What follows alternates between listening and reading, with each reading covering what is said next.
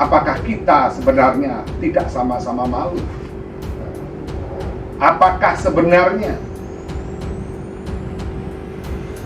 Mas Prananda Prabowo dan pendukung-pendukungnya yang dulu juga menikmati ketika Jokowi ini berkuasa, sampai sekarang ini mereka sekarang menuding seperti itu?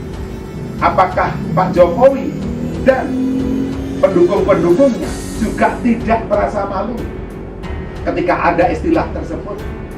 Kita sendiri yang tidak pernah mendapatkan manisnya suatu kekuasaan merasa malu ketika ada tudingan bahwa Kepala Presiden Republik Indonesia dianggap berkhianat.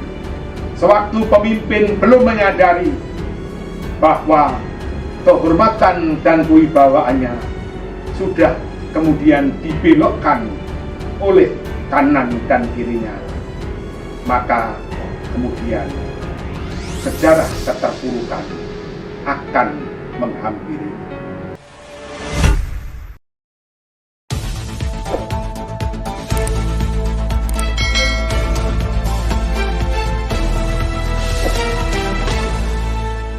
Racikan Berita. Assalamualaikum warahmatullahi wabarakatuh. Salam sejahtera bagi kita semua. Rahayu, rahayu, rahayu. Pada siang hari ini kita akan bersama-sama membicarakan tentang suatu tema, ego Jokowi yang belum pernah kalah dapat menjadikan kesombongan dan ini yang sebenarnya menjadi suatu tanda tanya pada diri kami sendiri. Waktu seorang pemimpin belum pernah kalah di dalam hajat politik. Apa yang kita khawatirkan? Yang kita khawatirkan adalah munculnya suatu isu, suatu kesombongan dan lupa diri untuk terus berupaya mempertahankan kekuasaan. Kita berharap bahwa eling lan waspada. Jangan kemudian berjalan terlalu jauh, karena kadang tidak semuanya ambisi daripada kiri kanan itu sesuai dengan kodrat daripada alam dan jagat. Coba dilihat sewaktu Pak Harto. Alangkah indahnya Republik yang kita cintai ini seandainya Pak Harto itu lengser tahun 1997. Tetapi karena masukan dari kiri kanannya, terutama orang-orang dekatnya, sehingga kemudian Pak Harto terus ingin menjabat menjadi Presiden Republik ini. Dan ternyata siapa yang berkhianat? Yang berkhianat adalah orang yang saat itu selalu mengatakan dirinya orang yang paling mendukung Soeharto. Kami melihat bahwa ada suatu ambisi yang sudah di luar suatu kontrol. Ambisi yang sudah kebablasan. Saya kemarin baru saja melihat kembali sebuah judul lagu yang dikarang oleh Prananda Prabowo, putra daripada Ibu Megawati Soekarno Putri. Dan itu dibuat tahun 2015. Saya saat mendengarkan lagu itu, saya tertegun, saya kaget.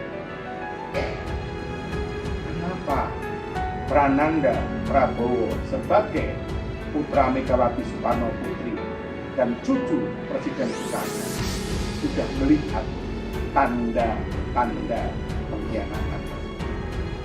Dan sekarang ini setelah 8 tahun, lagu itu kemudian diputar kembali, diputarakan kembali, dan berbeda situasi dan kondisi. Kita bersama-sama bisa lihat apakah tidak meyakinkan bagi diri kita seorang pemimpin ketika dituding sebagai pengkhianat. Apakah tidak ada kehormatan lagi ketika sahabat-sahabat kita, teman-teman kita yang dulu pernah bersama-sama sudah mulai mengatakan bahwa kita ini pengkhianat. Bapak Presiden yang saya hormati, tidak ada suatu penghargaan di dunia ini, apalagi ketika sebagai seorang pemimpin negara, kecuali nama baik, nama yang mulia, nama yang bersih, nama yang selalu diingat, nama yang terpatri di dalam sejarah, dan nama yang paling kemudian akan menjadikan anak turun kita kena imbas yang usia waktunya bukan hanya puluhan, bahkan ratusan tahun atau ribuan tahun. Itu adalah stempel sebagai seorang pemimpin. Saya pastinya sangat prihatin dengan kondisi sekarang yang terjadi.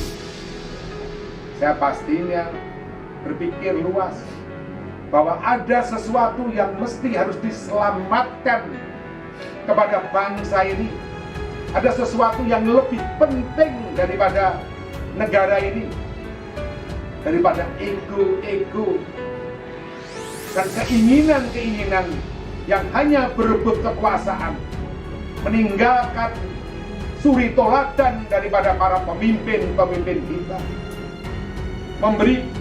meninggalkan apa yang sudah kemudian diinginkan, diharapkan, dan dicita-citakan oleh para pendiri-pendiri republik ini. Apakah kita sebenarnya tidak sama-sama malu? Apakah sebenarnya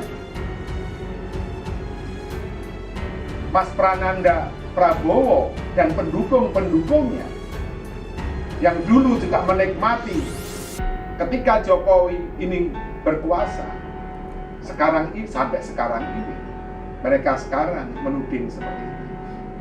Tetapi juga kemudian apakah Pak Jokowi dan pendukung-pendukungnya juga tidak merasa malu ketika ada istilah tersebut?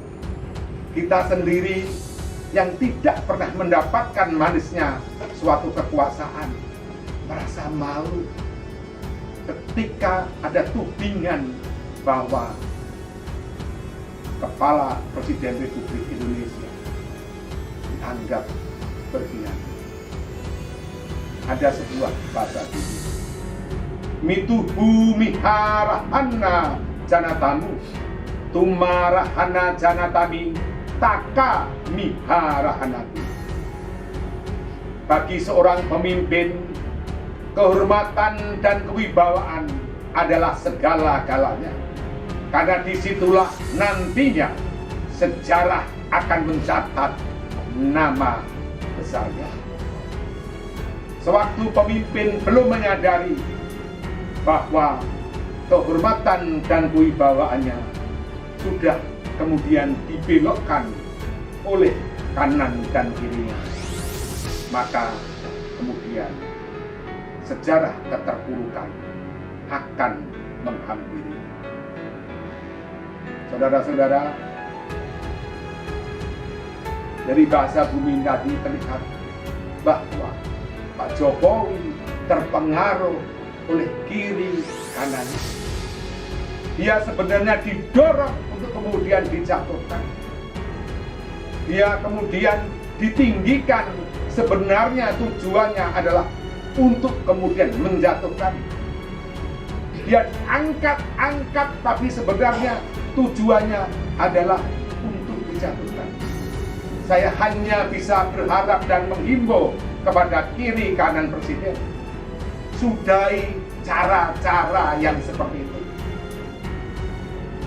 Sudahi cara-cara yang tidak tepat, karena dampak daripada ambisi dan peristiwa-peristiwa seperti ini bukan hanya bapak dan ibu yang kemudian sekarang ini mendampingi Presiden Jokowi yang nanti kena dampaknya, tapi bangsa ini akan kemudian kena dampaknya. Bangsa ini yang kena dampaknya bukan hanya kita sekarang ini, tetapi anak turun kita. Ingatlah, bangsa-bangsa lain dan negara-negara lain sudah maju ke depan. Mereka bersatu sebagai suatu bangsa dan suatu negara. Mereka bangga terhadap bangsanya, mereka bangga terhadap negaranya. Tetapi hari ini kita semuanya masih carut-marut berdebat dan meninggalkan kewibawaan serta kebanggaan kita sebagai bangsa. Kita malu. Kita seharusnya bisa introspeksi dan kita bersama-sama mawas diri bahwa ada yang lebih besar, ada yang lebih utama daripada suatu kekuasaan dan tujuan dari segala cara untuk mencapai kekuasaan itu, yaitu martabat, kehormatan, dan harga diri bangsa negara. Bapak Presiden yang saya hormati, ada pesan dahulu yang disampaikan oleh almarhum Sri Sunan Pakubono XII bahwa pemimpin harus menjaga kehormatan dan kewibawaan serta martabat bangsa dan negara. Sri Sunan Pakubono XII adalah raja yang dilantik 2 bulan sebelum Republik ini merdeka, dan 14 hari kemudian menyerahkan kedaulatan dan kekuasaannya untuk bangsa yang dia hargai, untuk republik yang dia cintai, walaupun dia harus kemudian mengorbankan dirinya dan kekuasaannya, bahkan keluarganya. Saya tahu saat itu dia dicela dan disalahkan oleh kiri kanannya, tapi nanti sejarah akan menjawab, sehingga suatu hari di tahun 2004 beliau menerima penghargaan sebagai Bapak Spiritual Perdamaian Dunia.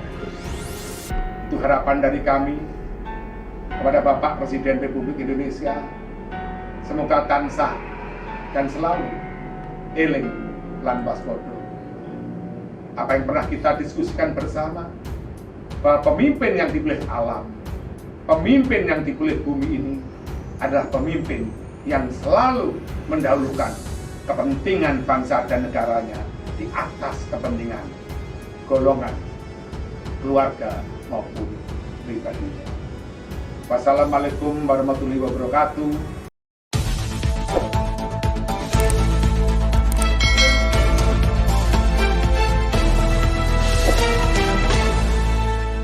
Racikan Berita.